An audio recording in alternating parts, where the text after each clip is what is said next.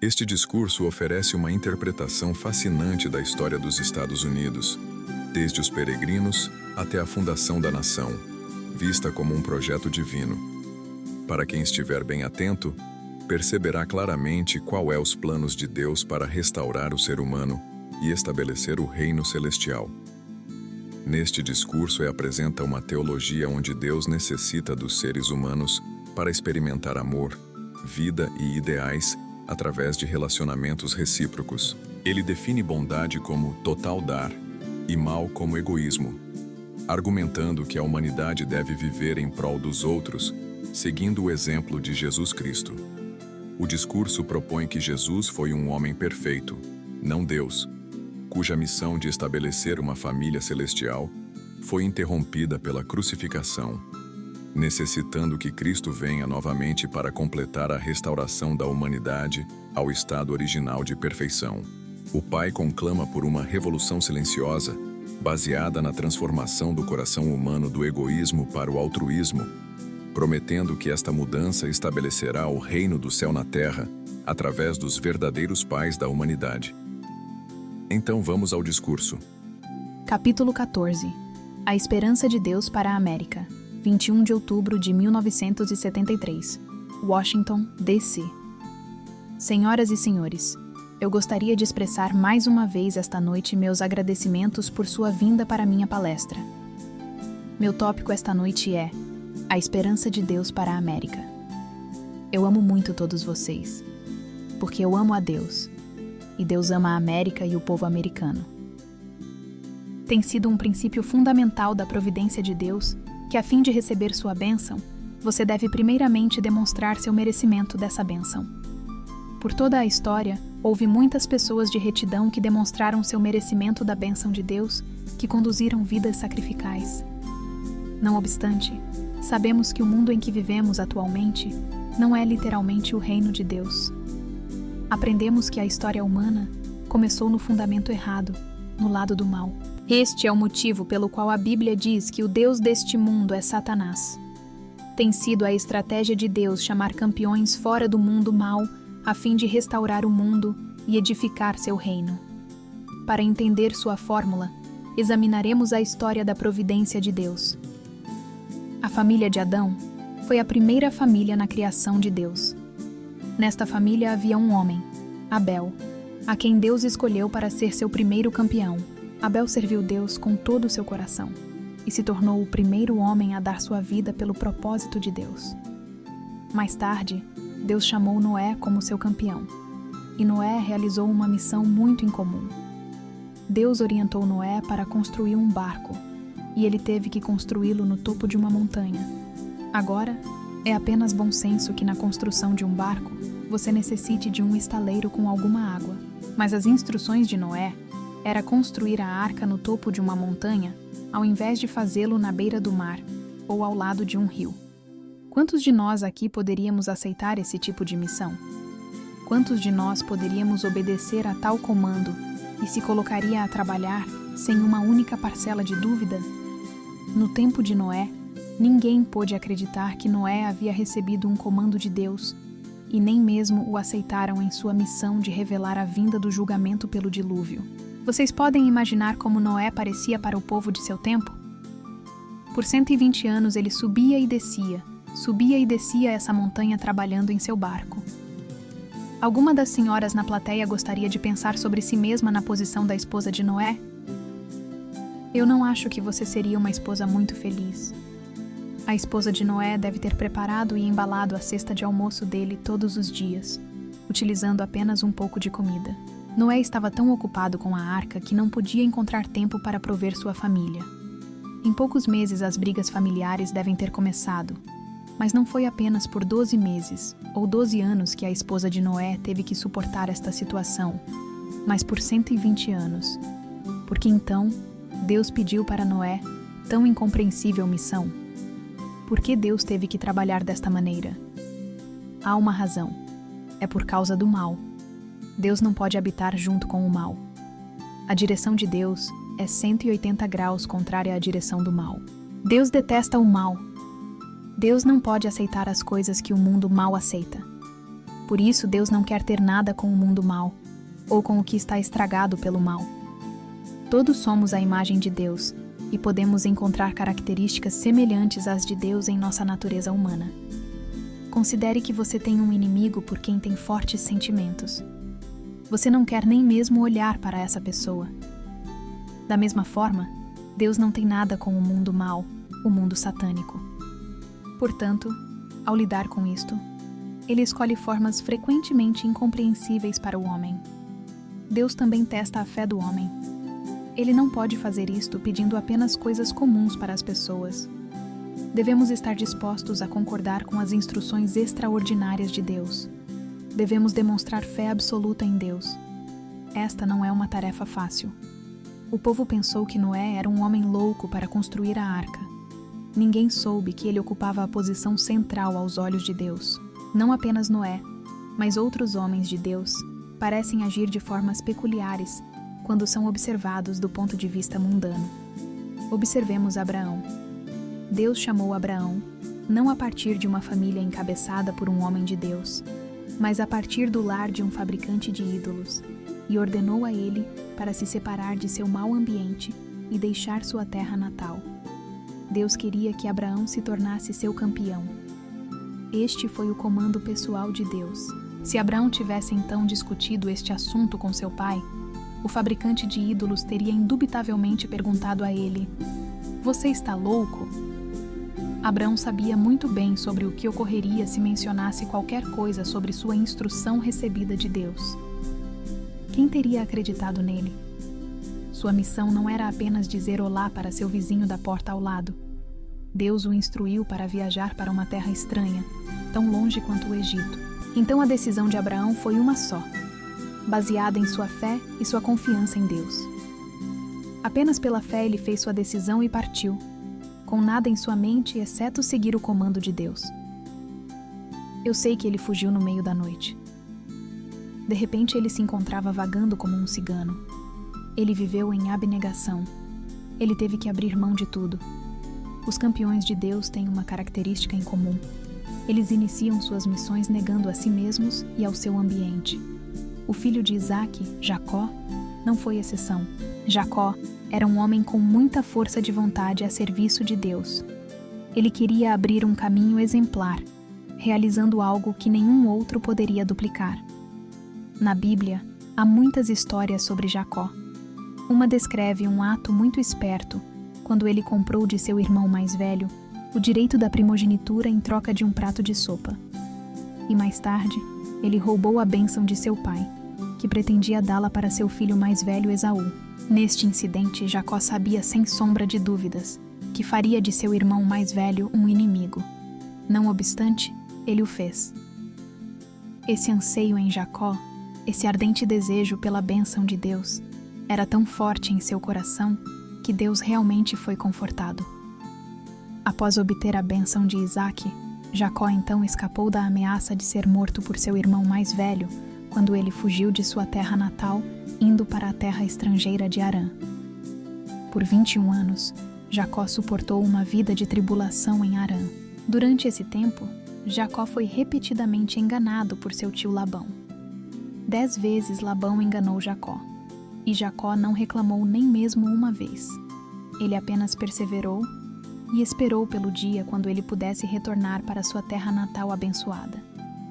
Esse dia finalmente veio, e no val de Jaboque, no caminho de volta, Deus enviou um anjo para lutar com Jacó.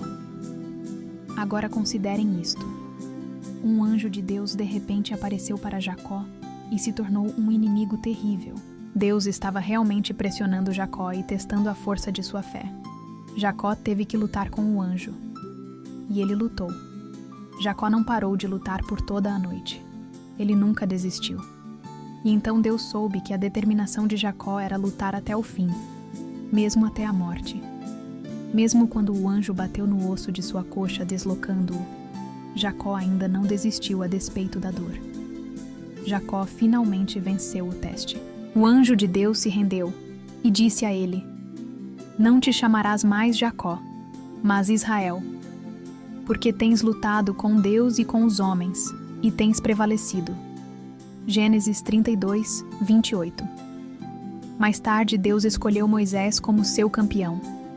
Imaginem quão afortunado Moisés foi ao crescer no palácio do faraó, onde podia desfrutar uma vida de luxo. Mas um dia, ainda como um jovem, ele repentinamente se colocou como o campeão de seu povo. Ele não podia mais estar diante da opressão egípcia sobre seu povo. Nesse momento, ele soube que Deus estava com ele. Ele rejeitou seu ambiente, negou a si mesmo e foi para o deserto de Midian.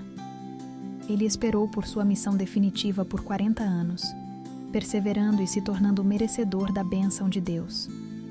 A vida de Moisés foi muito humilde e submissa. Diariamente ele se submetia novamente ao propósito de Deus e pedia sua orientação divina, ansiosamente esperando sua eventual missão, a condução de seu povo para fora do Egito. Estes homens, Abel, Noé, Abraão, Jacó e Moisés, foram campeões de Deus. Agora olharemos também para João Batista. Descrito na Bíblia como um grande santo e profeta, João Batista foi para as regiões do interior de seu país como um vagabundo comum. Ele foi sem sapatos, vestindo peles de camelo com um cinto de couro, se alimentando de gafanhotos e mel selvagem. Esta não era uma forma de vida comum, mesmo no tempo de João. E eu não acho que os pais de João Batista estavam orgulhosos de seu filho. Eles devem ter sentido vergonha. Suponham que vocês se colocam na posição dos pais de seu filho, João Batista, que sai para o deserto e ano após ano vive como um mendigo. Como vocês sentiriam? Eu viajei em Israel e não acredito que vocês encontrarão muitos gafanhotos ou mel selvagem no deserto.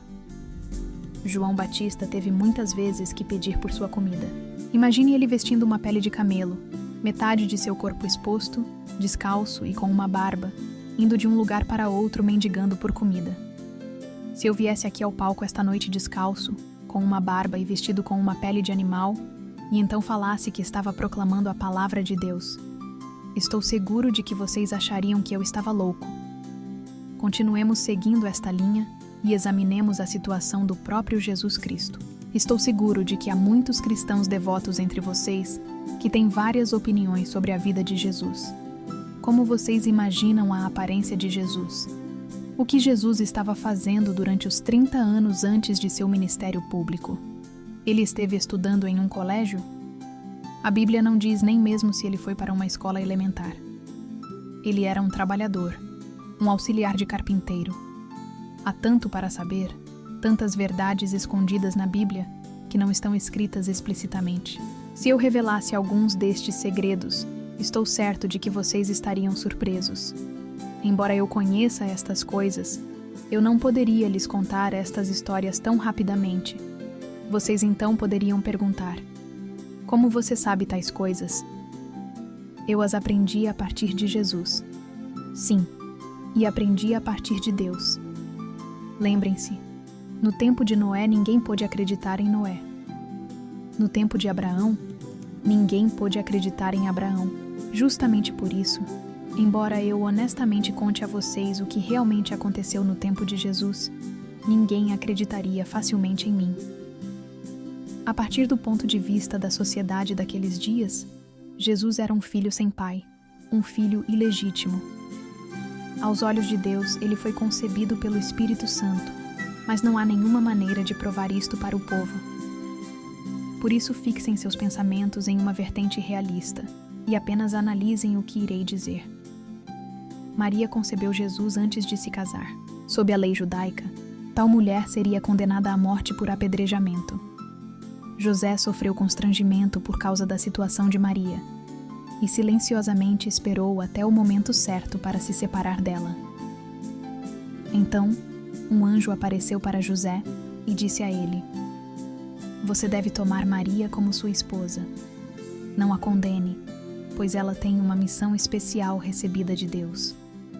Se José não tivesse sido um homem correto, Maria teria automaticamente sido condenada à morte por apedrejamento.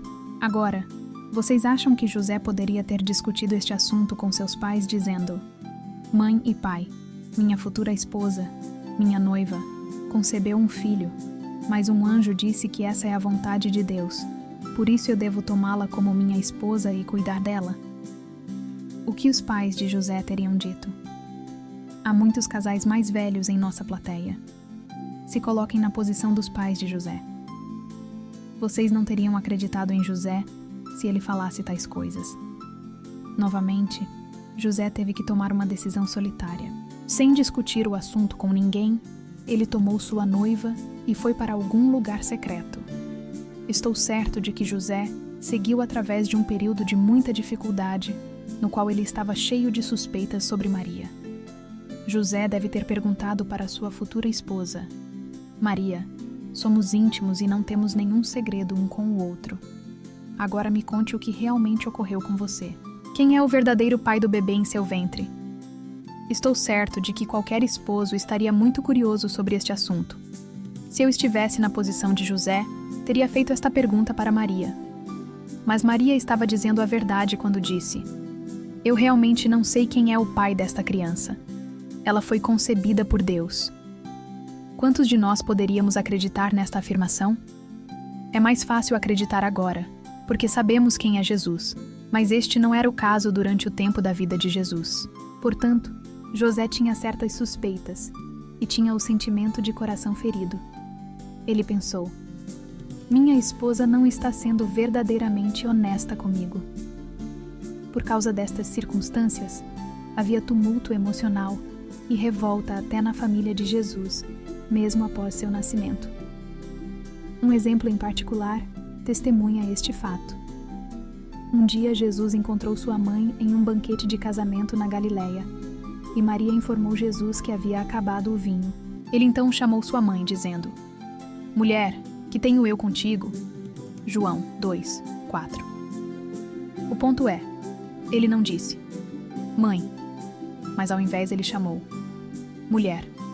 Mais tarde, um discípulo de Jesus veio a ele dizendo: Sua mãe e seus irmãos gostariam de vê-lo. E Jesus respondeu: Quem é minha mãe e meus irmãos? Eis aqui minha mãe e meus irmãos. Pois aquele que fizer a vontade de Deus, esse é meu irmão, irmã e mãe. Marcos 3, 33-35. Isto indica que aos olhos de Jesus, os membros de sua família não estavam fazendo a vontade de Deus. Jesus sofreu grande angústia dentro de sua própria família. Há muitas histórias escondidas ainda não reveladas. Muitos dos fatos sobre seu sofrimento são desconhecidos. A Bíblia deixa um escasso registro dos 30 anos antes do ministério público de Jesus.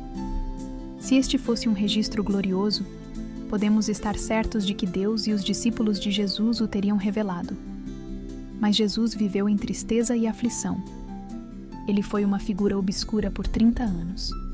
Por isso o povo ficou chocado um dia quando ouviram ele dizer: Eu sou o cumprimento da lei. E Moisés escreveu sobre mim. Ele proclamou: Eu sou o Filho de Deus, e o Pai no céu me enviou. Eu sou o caminho, a verdade e a vida. Ninguém vai ao Pai senão por mim. Quantos de nós teríamos aceitado tais afirmações extraordinárias se tivéssemos vivido naqueles dias? Jesus apenas confundiu as pessoas, parecendo tão ultrajante. Mesmo João Batista teve dificuldade em ver Jesus como o Filho de Deus, e João estava destinado a preparar o povo e endireitar o caminho do Senhor.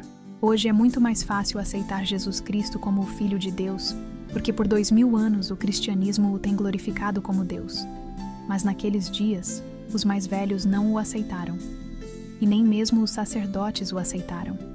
Eles não eram menos inteligentes do que somos hoje. De fato, provavelmente teríamos cometido os mesmos erros se tivéssemos vivido nos dias de Jesus de Nazaré. Eles simplesmente não puderam ver o Filho de Deus. Jesus tinha sido longamente esperado. O Messias foi esperado por 2000 anos. Mas quando ele finalmente apareceu, não houve nenhuma recepção para ele. A fé dos judeus naquele tempo não era menos poderosa, nem menos devota do que a fé dos cristãos de hoje. Contudo, sabemos que as pessoas com as quais Jesus se associou não estavam no mesmo nível do restante da sociedade, pois ele se misturou com meretrizes, coletores de impostos e pescadores. Conhecemos a história de que um dia uma jovem mulher derramou um unguento precioso sobre o corpo de Jesus Então lavou seus pés com seu cabelo. Se tivéssemos visto estas coisas, quantos de nós poderíamos dizer de uma maneira piedosa que teríamos aceitado Jesus como o Filho de Deus? Os 3 anos do ministério público de Jesus foram um grito distante de sua messianidade. Ninguém entendeu a verdadeira missão de Cristo. O povo julgou o Filho de Deus com olhos pecadores, de acordo com seus próprios padrões mundanos. E eles o trataram como lhes convinha. Este mundo pecaminoso nunca pôde ser hospitaleiro para a pureza de Cristo. Ele veio para seu próprio povo, mas o povo não o recebeu. Como mencionei, todos os santos e profetas e homens corretos da história primeiramente tiveram que negar totalmente a si mesmos e se doarem para Deus. Quando Ele os chamou, eles deram seus lares, suas riquezas, suas famílias e suas nações. Deus quer seu campeão em nível individual, no nível familiar, no nível tribal, no nível nacional e no nível mundial. Ele tem que chamar seus campeões em cada nível. E a qualificação para o campeão de Deus em qualquer nível sempre permanece a mesma.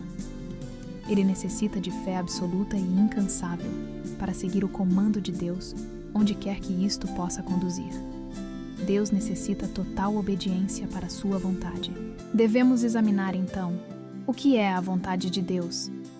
Por que Ele dá a seu povo tão duro momento? A salvação individual é certamente importante às vistas de Deus. Deus não negligencia isso. Entretanto, esse não é o definitivo propósito do trabalho de Deus. A vontade de Deus é a salvação do mundo. Deus necessita de um indivíduo para ser seu campeão, para a meta definitiva da salvação mundial. Deus chamou uma família para ser um instrumento para a salvação do mundo. Deus chamou seu povo para alcançar a salvação do mundo. Deus quer ter uma nação como sua campeã, para a definitiva realização da salvação mundial. O povo no tempo de Jesus estava ansioso esperando o Messias. Mas eles estavam pensando apenas sobre sua própria glória nacional como Israel, o povo escolhido de Deus. Eles não entenderam a missão universal de Jesus Cristo. Era o propósito de Deus ao enviar o Messias para o povo escolhido de Israel, que o Messias se unisse com o povo escolhido. Então eles poderiam se tornar soldados da fé, para lutar e para alcançar a salvação do mundo. O fundamento para o Messias foi estabelecido através de Jacó, o campeão da família, e através de Moisés, o campeão de seu povo. Finalmente, o Messias veio para a nação de Israel. Ele deveria ser o campeão da nação e o campeão do mundo inteiro. O propósito de Deus não é a salvação de uma única igreja ou uma única nação. É a vontade de Deus que ele sacrifique o menor pelo maior. Por isso, ele sacrificará a igreja ou a nação pelo mundo. Se os cristãos de hoje pensam somente sobre sua própria salvação, seu próprio céu e seu próprio bem-estar, então eles não estão vivendo de acordo com o propósito de Deus. Se apenas estamos concentrados com a salvação de nossas próprias famílias, não somos merecedores da bênção de Deus. Se o povo foca somente em beneficiar seu próprio povo, ou somente sua própria nação, então está absolutamente seguindo contra a vontade de Deus. Deus dará a vocês sua própria salvação. Quando se tornam os campeões de Deus para a salvação do mundo, sua própria salvação está garantida. Agora, a população cristã é provavelmente 1/7 da população total do mundo. Mas entre estes, muito poucos são cristãos devotos. E entre os cristãos devotos, quantos realmente lutam pela salvação da humanidade? Todos devemos nos devotar para a salvação do mundo. Deus não pode estar feliz com o homem se vivemos de uma forma autocentrada. Eu encontrei Jesus pessoalmente e recebi a revelação através da qual aprendi que a aflição de Deus é grande. Seu coração está sofrendo. Hoje Deus está incessantemente trabalhando para a definitiva salvação de toda a humanidade. Ele necessita que seu campeão tenha sucesso neste mundo. O propósito da Igreja de Deus é salvar o mundo inteiro. A Igreja é o instrumento de Deus. E este fato foi exatamente o que o povo escolhido de Israel esqueceu no tempo de Jesus. Começando com este entendimento, agora continuaremos nossa perspectiva histórica e determinaremos quanto a América tem sido abençoada. Após a crucificação de Jesus e a gloriosa ressurreição, a Igreja cristã se espalhou por toda a Ásia Menor. Roma foi o principal precursor. Roma era o alvo porque, nesse tempo, Roma era o mundo. Para o mundo ser salvo, Roma tinha que ser conquistada pelo exército de Jesus Cristo. Mas esta era uma batalha impossível, uma meta inconcebível. O Império Romano aparentava com uma fortaleza impenetrável, não sujeita à conquista. O exército de Jesus estava desarmado. Eles não utilizavam armas, nem espadas e nem lanças. Eles estavam armados apenas com o amor de Deus e de Jesus Cristo. Eles marcharam em frente destemidamente, com convicção e força.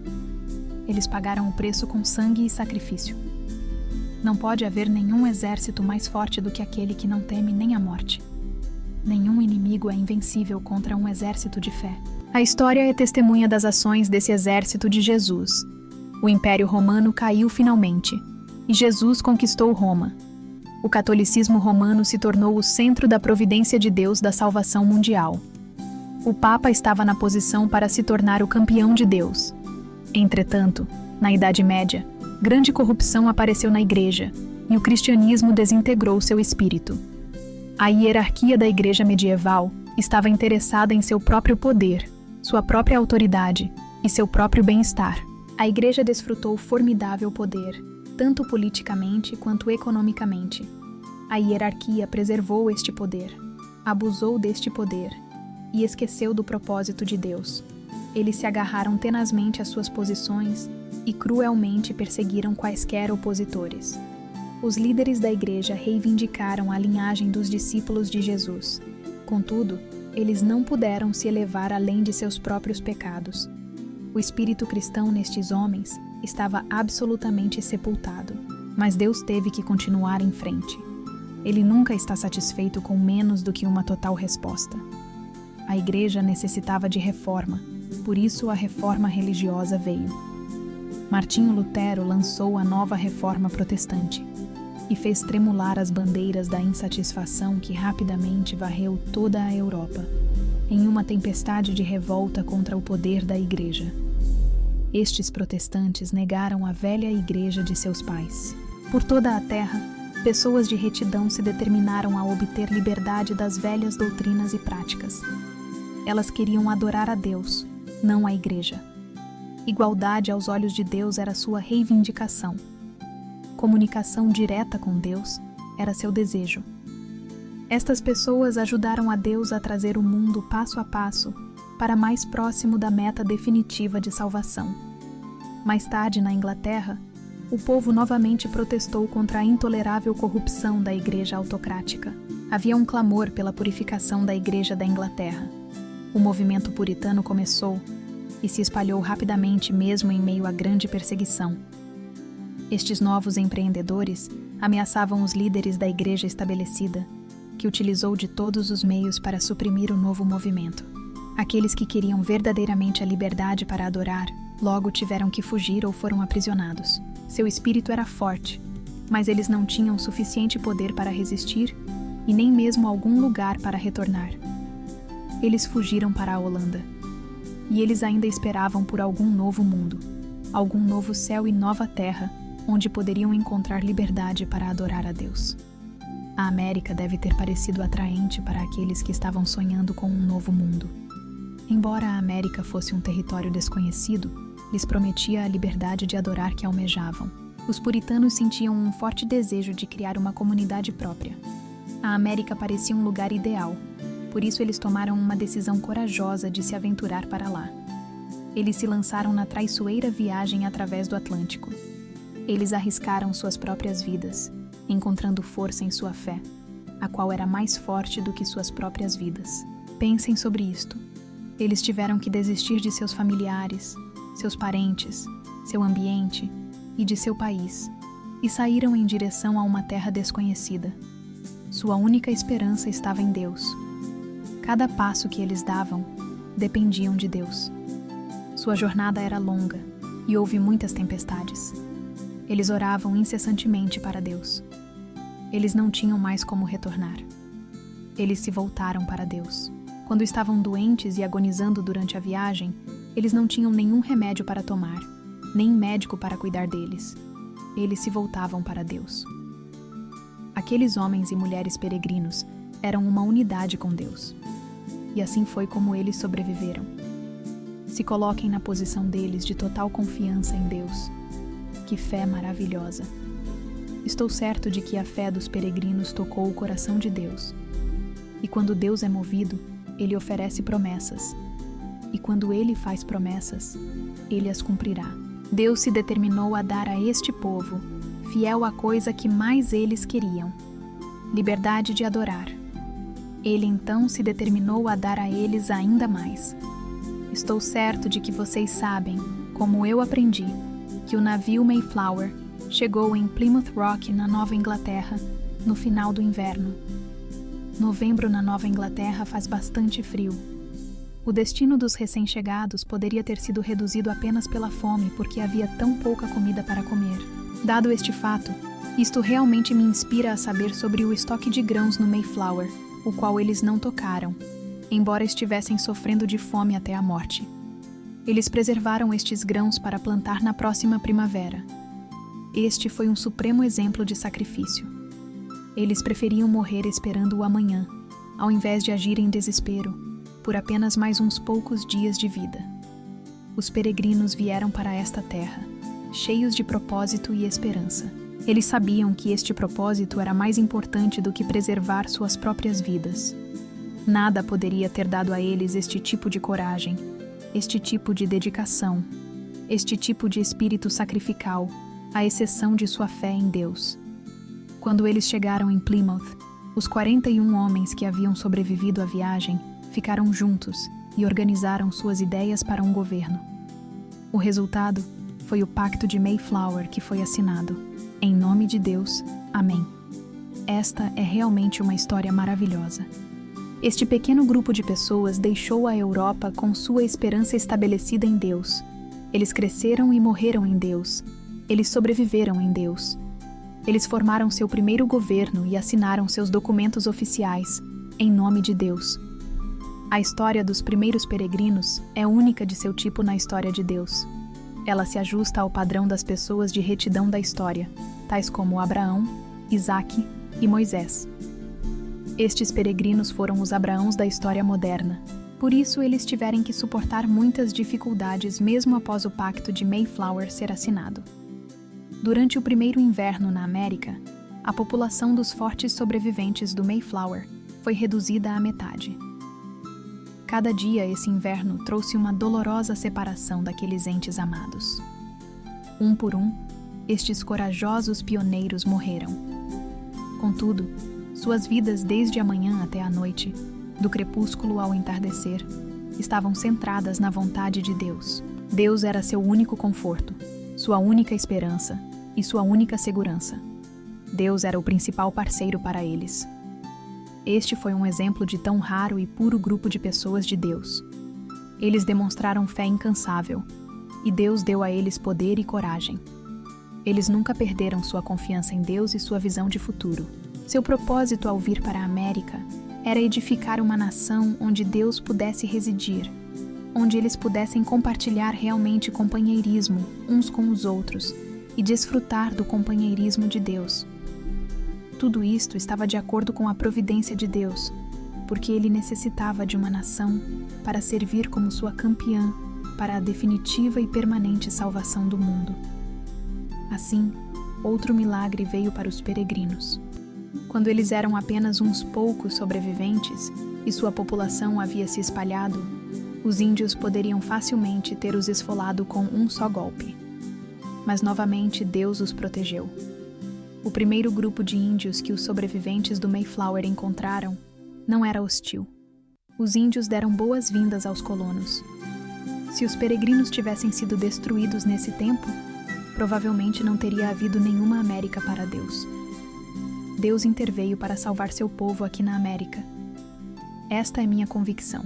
Deus queria que eles se estabelecessem, e ele deu uma chance aos peregrinos. Como a população do assentamento cresceu, eles tiveram que repelir os índios para expandir sua própria colônia. É claro, originalmente esta terra não pertencia ao novo povo americano. Os índios eram os habitantes da terra, e os colonos peregrinos pareciam invasores aos olhos dos índios. Por que então Deus deu a estes colonos sua grande chance? Esta é minha interpretação. Deus se colocou ao lado dos colonos americanos porque isto estava em seu plano. Além disso, estes colonos americanos satisfaziam as exigências de Deus e verdadeiramente demonstraram uma fé inabalável em Deus. Deus pôde não ajudar, mas lhes deu uma promessa e cumpriu essa promessa. A existência da América estava de acordo com a providência de Deus. Deus necessitava edificar uma poderosa nação cristã na terra para sua obra futura. E afinal de contas, a América pertencia primeiramente a Deus, e somente depois pertencia aos índios. Esta é a única interpretação que pode justificar a posição dos colonos peregrinos. Este continente da América esteve escondido para um propósito especial e não foi descoberto até o momento apropriado. O povo de Deus veio na hora designada. Eles vieram para moldar uma nova forma de vida. Seu principal parceiro era Deus. Em casa, ao cuidar de seus filhos, no cultivo, cozinhando ou construindo, eles permitiam Deus compartilhar seu trabalho. Deus era a única segurança que eles tinham. Um fazendeiro falava com seu filho ao trabalhar nos campos com ele. Vamos cultivar este campo em nome de Deus. Sua vida cotidiana era vivida em nome de Deus. Após a primeira primavera visitá-los, eles limparam os campos, plantaram, cultivaram e fizeram a colheita. E eles atribuíram toda a sua preciosa colheita à graça de Deus. Assim se originou a linda tradição da ação de graças. Seguindo ao próximo inverno severo, a primeira coisa que eles construíram foi uma igreja. À noite, pela manhã, no crepúsculo e no entardecer, eles oravam a Deus. Estou certo de que eles oravam. Deus, queremos construir para o Senhor um lugar que possa ser melhor do que o velho mundo. Queremos construir um lugar onde o Senhor possa residir e ser o mestre. E eles também tinham uma visão de futuro, de que esta nação cristã faria mais bem para o resto do mundo do que qualquer outro país sobre a face da terra. Estou certo de que depois da igreja, eles construíram uma escola. Eles queriam excelentes escolas para seus filhos, melhor do que qualquer escola existente no velho mundo. E suas casas vieram por último. Após eles construírem estas casas, eles as dedicaram para Deus. Esta é a história de seus pais peregrinos. Eu posso visualizar a antiga América como uma linda América, porque Deus estava habitando em todo lugar.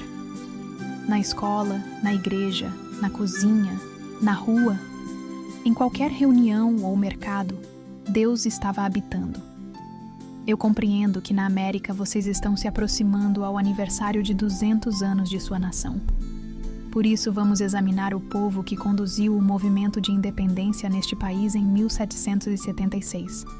Aqueles lutadores pela independência eram traidores aos olhos da coroa britânica. Mas Deus pôde utilizar estes traidores como seus instrumentos, como seu povo, e através deles, Deus concebeu e edificou a melhor nação sobre a face da terra. George Washington, chefe em comando do exército continental, saboreou a amargura da derrota em muitas, muitas batalhas. Quando ele finalmente enfrentou o último inverno rigoroso no Valley Forge, ele estava sério. Estou certo de que George Washington orou assim: Deus, foi o Senhor que conduziu nosso povo para fora da Europa e nos trouxe para o novo mundo. O Senhor não quer que repitamos a cinza e sombria história da Europa. O Senhor nos libertou e nos deu liberdade. O Senhor não quer que vejamos os erros da Europa repetidos nesta terra. Deixe-me fazer um juramento. Eu edificarei uma nação sob Deus. Assim, George Washington fez sua batalha a batalha de Deus. E por isso, ao obter a vitória, foi uma vitória de Deus. Eu sei que esta vitória e a independência da América vieram porque Deus aceitou a oração de George Washington, junto com a oração de muitos outros americanos. Deus sabia que seus campeões trabalhariam por sua nova nação.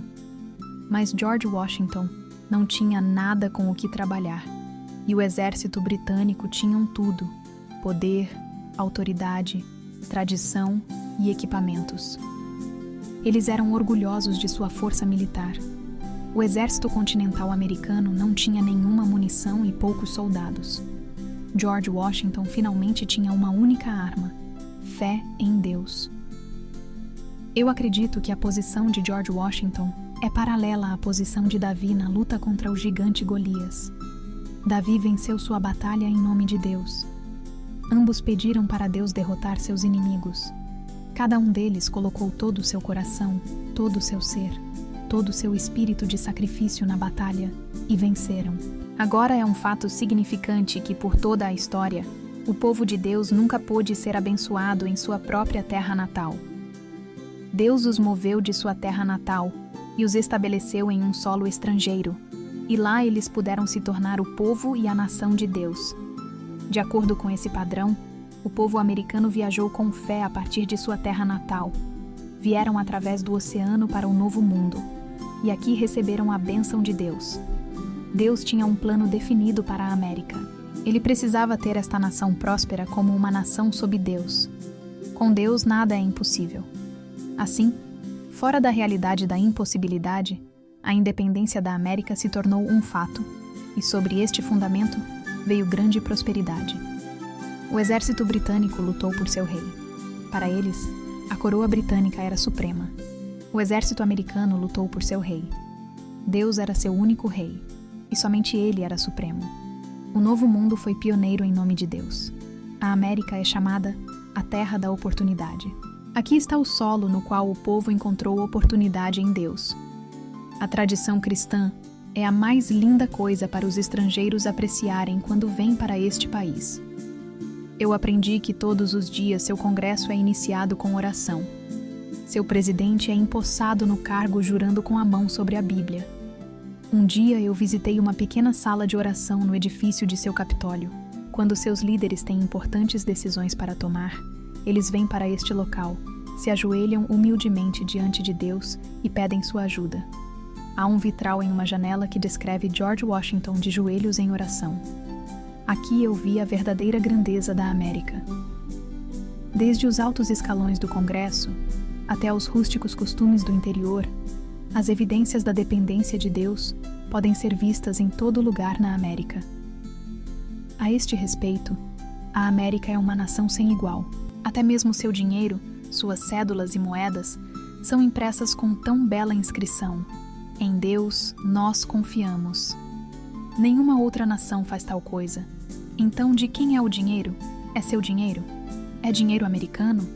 Não, é dinheiro de Deus. Cada cédula e moeda dizem isso. Vocês são os guardiões, e Deus depositou sua riqueza em suas mãos. Sim, esta nação não é a nação americana, é a nação de Deus. E tal nação existe para o mundo inteiro, não apenas pela própria América. Sim, a América foi formada como uma nova nação cristã sob uma nova tradição. As correntes da velha tradição caíram longe da América. Vocês devem querer edificar uma nova nação sob Deus. O propósito de Deus é a salvação do mundo e de toda a humanidade. Portanto, hoje na América, vocês não devem pensar que possuem tal riqueza, porque vocês são grandes por si mesmos. Devemos humildemente compreender que a bênção de Deus veio para a América com o propósito de tornar possível para Deus utilizar esta nação como seu instrumento na salvação do mundo. Se a América trair Deus, para onde Deus pode ir? Se a América rejeitar Deus, aonde Deus pode ir para realizar seu propósito? Vocês querem deixá-lo tentar ir para o mundo comunista? Para países subdesenvolvidos?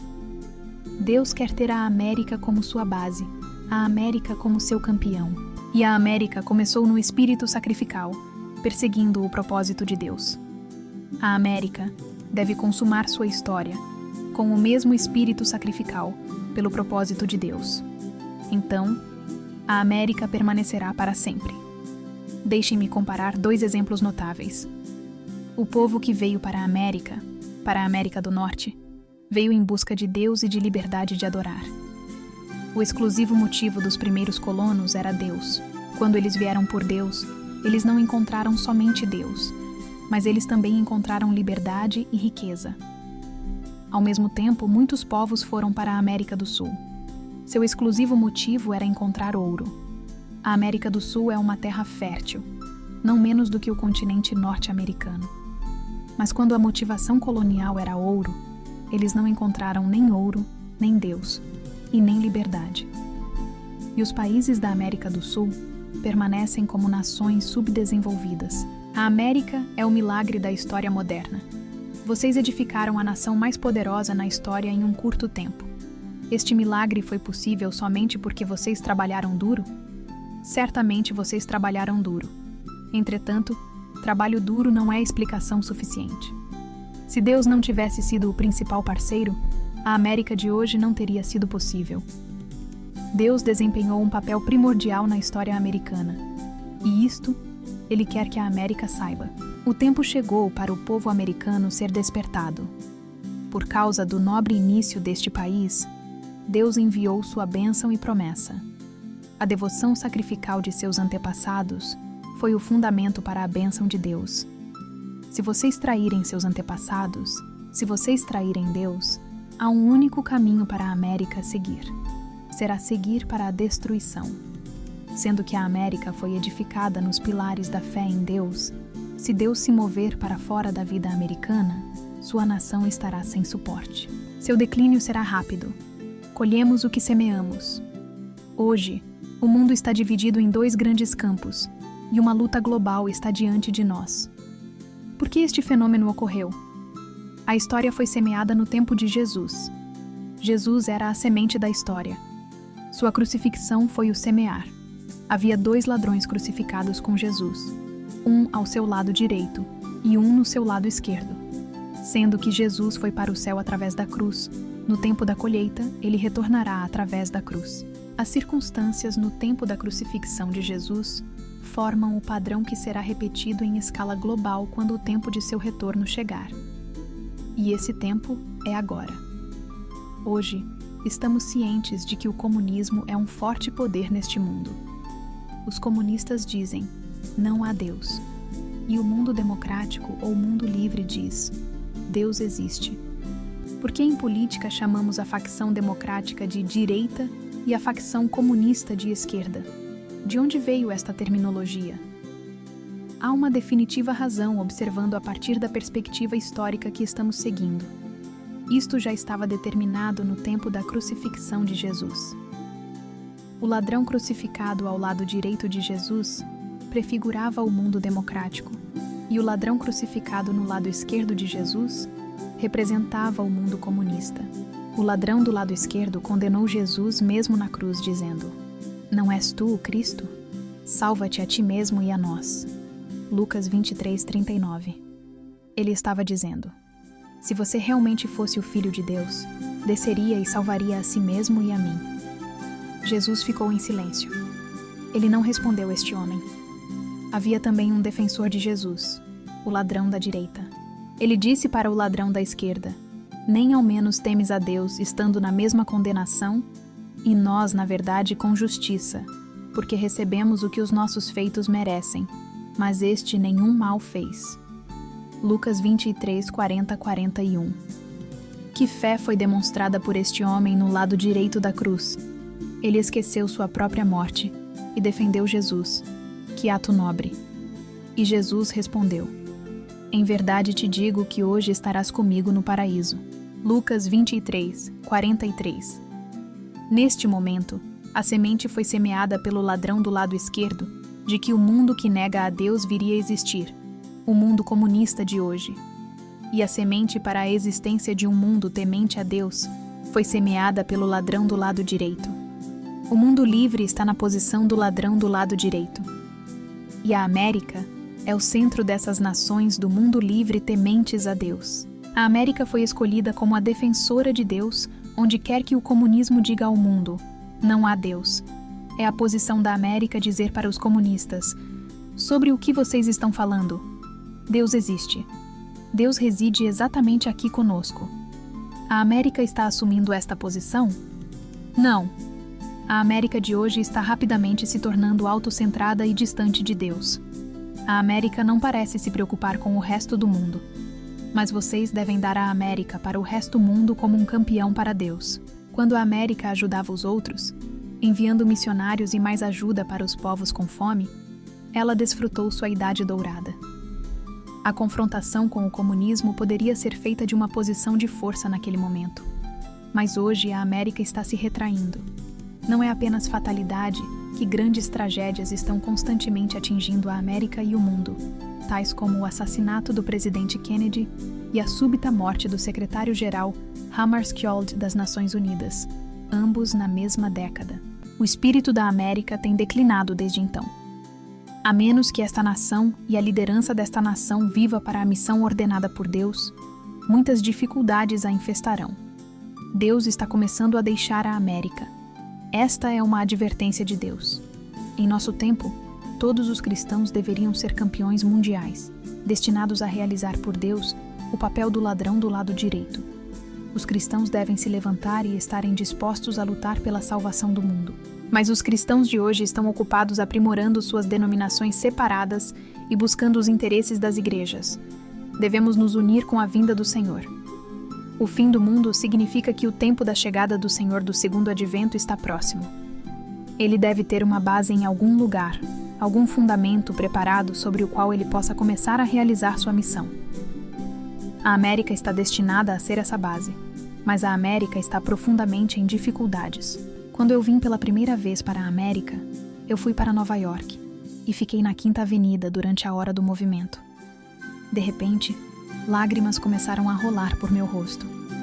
Eu olhei para o surpreendente edifício do Empire State e o magnífico Trade Center, os edifícios mais altos do mundo.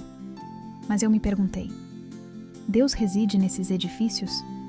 Nova York está se tornando cada vez mais uma cidade sem Deus. É uma cidade de crime. Tão bela cidade está agora se esmigalhando. Eu posso ver tanta imoralidade e quantos sinais da falta de Deus nessa cidade. Foi chocante para meus olhos enquanto estava olhando durante a hora do movimento. Eu pude ver muitas coisas, e cada uma delas é intolerável aos olhos de Deus. Eu perguntei para Deus: esse é o propósito para o qual o Senhor abençoou a América? Eu sei que Deus quer ver seu espírito prevalecer nesses grandes edifícios. Nesses belos automóveis, Ele quer ver jovens borbulhando com entusiasmo por Deus e amor pelos outros. O edifício Empire State não é para glorificar a Deus. Um automóvel 1973 não é para glorificar a Deus. Mesmo se você tem apenas uma pedra como seu altar, quando você coloca sua esperança e suas lágrimas a serviço de Deus, Deus está com você. Eu posso ver que realmente Deus está deixando a grande cidade de Nova York. Ao invés, Nova York está se tornando a cidade do mal. A América tem sido conhecida como a panela de fundição, onde povos de todas as cores, credos e nacionalidades são fundidos em uma nova raça. A fim de fundir qualquer coisa, é necessário calor. Vocês sabem quem fornece calor para a América? Deus era esse calor. Sem Deus, vocês nunca poderão ter seu povo fundido como uma unidade. A América somente poderia alcançar a verdadeira fraternidade através do espírito cristão. Mas quando vocês começam a perder este fundamento, a fibra moral da América se deteriorará. Hoje há muitos sinais do declínio da América. E quanto aos jovens da América? E quanto aos seus problemas com drogas e seus problemas com a delinquência juvenil? E sobre o desarranjo de suas famílias? Eu ouvi que 3 em cada 4 casamentos na América terminam em divórcio. O governo do estado da Califórnia está emitindo mais certificados de divórcio do que licenças de casamento. E quanto aos problemas raciais e o lidar com o comunismo? E quanto às crises econômicas? Por que todos estes problemas estão ocorrendo? Há sinais de que Deus está deixando a América por toda parte. Eu posso ler o sinal que diz: Deus está agora deixando a América. Se esta tendência continua, em pouco tempo Deus não estará mais com vocês. Deus está deixando os lares da América. Deus está deixando sua sociedade. Deus está deixando suas escolas. Deus está deixando suas igrejas. Deus está deixando a América. Há muitos sinais de ateísmo nesta nação, uma vez centrada em Deus. Há muitas leis promulgadas que somente uma nação sem Deus poderia aceitar. Houve um tempo quando orar era uma dieta diária da América. Hoje você não ouve orações nas escolas americanas há muito tempo. Vocês podem querer perguntar: quem é você para dizer estas coisas para o povo americano? Então, por favor, levantem a mão se qualquer um de vocês pode assumir responsabilidade por este país. Pelos últimos 10 anos, as igrejas americanas estão declinando seu espírito. As igrejas americanas estão se tornando lares de cidadãos idosos. O futuro da América depende dos jovens, e as igrejas estão falhando em inspirar a juventude americana. Necessitamos de uma revolução espiritual na América. Uma revolução do coração deve começar na América. O individualismo deve estar atado em uma ideologia centrada em Deus. Quem fará isto? Quem acenderá os corações da juventude americana? O presidente fará isto? Os ricos homens de negócios farão isto? As igrejas americanas farão isto? Eu sei que Deus me enviou aqui para a América. Eu não vim aqui para uma vida de luxo na América. Nada disso. Eu vim para a América não por meus propósitos, mas porque Deus me enviou. Por 6,000 anos, Deus esteve trabalhando para construir esta nação. O futuro do mundo inteiro depende da América. Deus tem um grande pilar na América. Alguém deve vir e evitar que Deus deixe a América. Meus seguidores na Coreia se despediram de mim em lágrimas.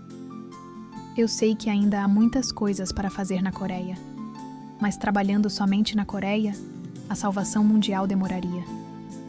A América deve ser a campeã de Deus.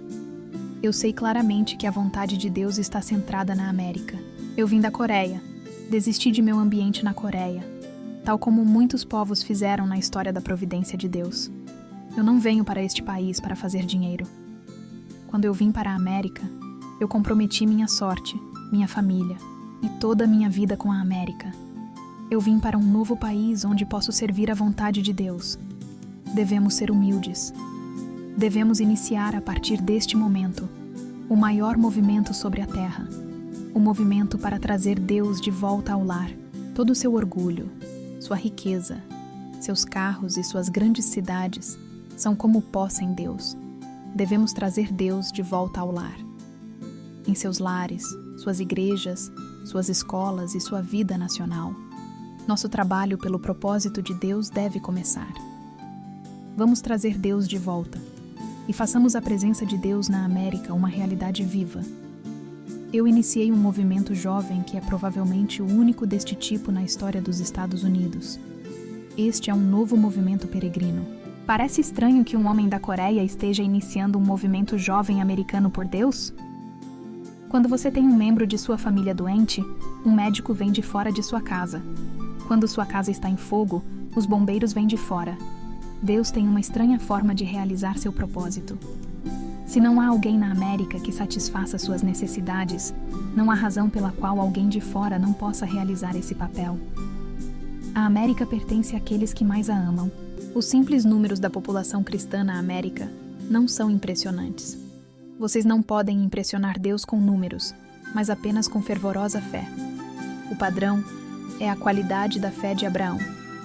Quantos cristãos na América estão realmente clamando com fervor por Deus? Quantos cristãos americanos sentem que o trabalho de Deus é seu próprio trabalho? Quantas pessoas colocam Deus em primeiro lugar? Quantos estão prontos para morrer por Deus? Vocês devem começar, e começar agora.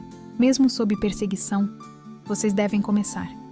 Devem se doar para o propósito de Deus e trazer Deus de volta ao lar. Devemos ter nossas igrejas preenchidas com ardente fé. Devemos criar novos lares onde nossas famílias possam realmente ser felizes. E finalmente devemos criar uma nova sociedade, uma nação espiritual, onde Deus possa habitar. A América deve ir além da América. Esta é a única forma para este país sobreviver. Eu conheço isto claramente. Esta é a vontade de Deus. Portanto, eu tive que vir para a América, onde me tornei uma voz clamando no deserto do século XX. Nas últimas semanas, e em particular nos últimos dias, nossos membros da Igreja de Unificação estão encontrando cada um de vocês.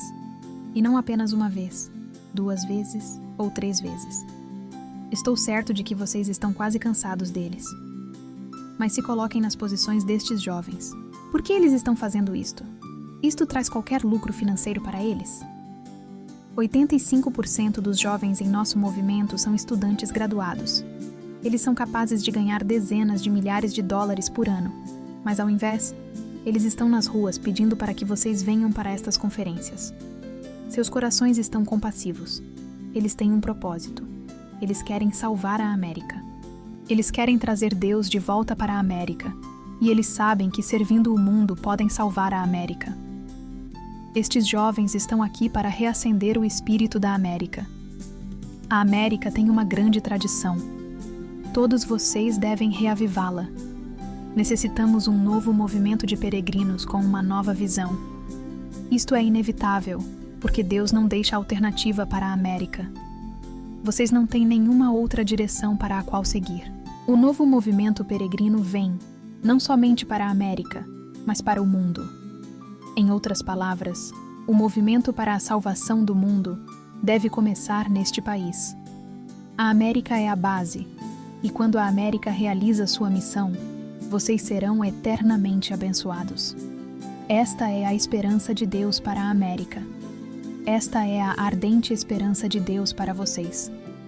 Eu mesmo fiz um compromisso com nossos jovens da América que lutaremos em parceira com Deus por esta grande cruzada. Eu quero que vocês se unam com estes jovens. Eu quero que vocês apoiem estes jovens. Não há nenhum lugar para ir. Quando você trouxer Deus de volta para seu lar estará seguro. Seus problemas de delinquência juvenil serão resolvidos. Não há nenhuma boa resposta para o problema racial, à exceção de Deus. O comunismo não será nenhuma ameaça quando Deus se faz presente. Deus aumentará sua riqueza. Este é a única forma para a América ser salva. Este é meu profundo desejo, do fundo de meu coração, que a América veja o glorioso dia da renovação. E por esta razão eu venho falar a vocês com esperança pela América. Eu realmente apreciei, particularmente esta noite, todos vocês que vieram e ouviram tão atentamente. Que Deus possa abençoar seu lar e abençoar seu trabalho. Muito obrigada.